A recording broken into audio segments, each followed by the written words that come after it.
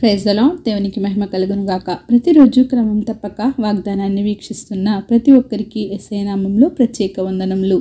Subscribe చేసుకుని అనేక మందికి షేర్ చేసి దేవుని మాటల ద్వారా బలపరచండి. ఈ దినమునకై ఏర్పాటు చేయబడిన దేవుని వాగ్దానము యెషయా గ్రంథము 58వ అధ్యాయము 14వ వచనము. నీవు యెహోవాయందు ఆనందించెదవు, దేశము యొక్క ఉన్నత స్థలముల మీద నేను నిన్నెక్కించెదను. Then shalt thou delight thyself in the Lord, and I will cause thee to rule upon the high places of the earth.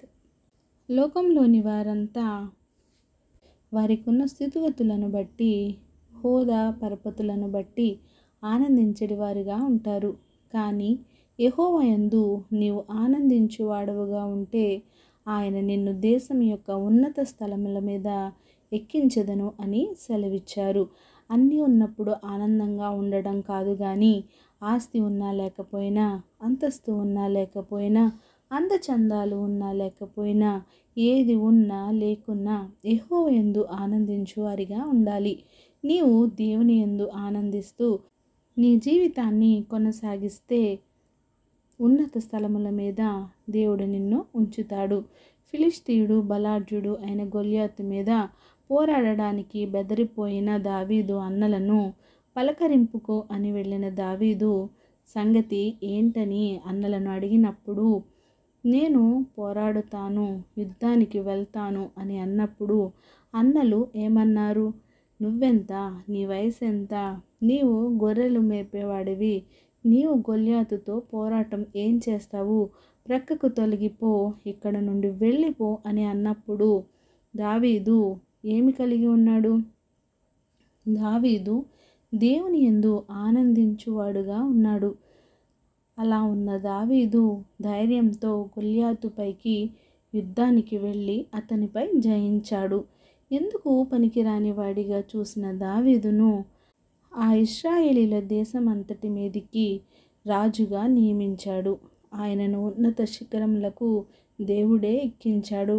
దావీదు పని గొర్రెలను మేపుకుంటూ, సితారా వాయించుకుంటూ, దేవునికి కీర్తనలు పాడుతూ దేవునిలో ఆనందించేవాడు. అలాంటి దావీదును ఒకనాడు దేవుడు ఉన్నత స్థలాల మీదకు ఎక్కించాడు. నువ్వెంత? నీ బ్రతుకెంత? నీ వయసు ఎంత?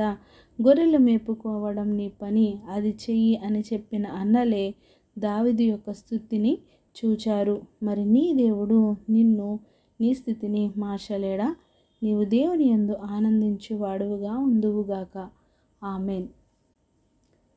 చిన్ని ప్రార్థన. సకల ఆశీర్వాదాలకు కారణభూతుడైన మా ప్రియ పరలోకపు తండ్రి, మీరు ఇచ్చిన వాగ్దానమునకే వందనాలు దేవా. ఎవరైతే ఈ వాక్యాన్ని విన్నారో, విన్న వాక్య ప్రకారం వారి జీవితాన్ని సరిచేసుకొని మీ యందు దినదినము ఎదిగి వర్ధిల్లే భాగ్యము ప్రతి ఒక్కరికి దయచేయండి దేవా.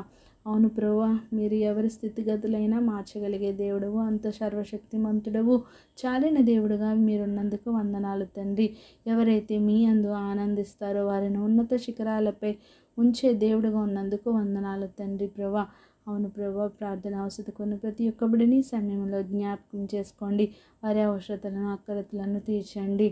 సమయానుకూలంగా వారి పరిస్థితులను చక్కబరిచి సమస్త ఘనత, మహిమ, ప్రభావములు మీరే ఆరోపించుకుంటారని యేసుక్రీస్తు పరిశుద్ధ నామమున ప్రార్థించి అడిగి వేడుకొనుచున్నాను మా తండ్రి. ఆమెన్.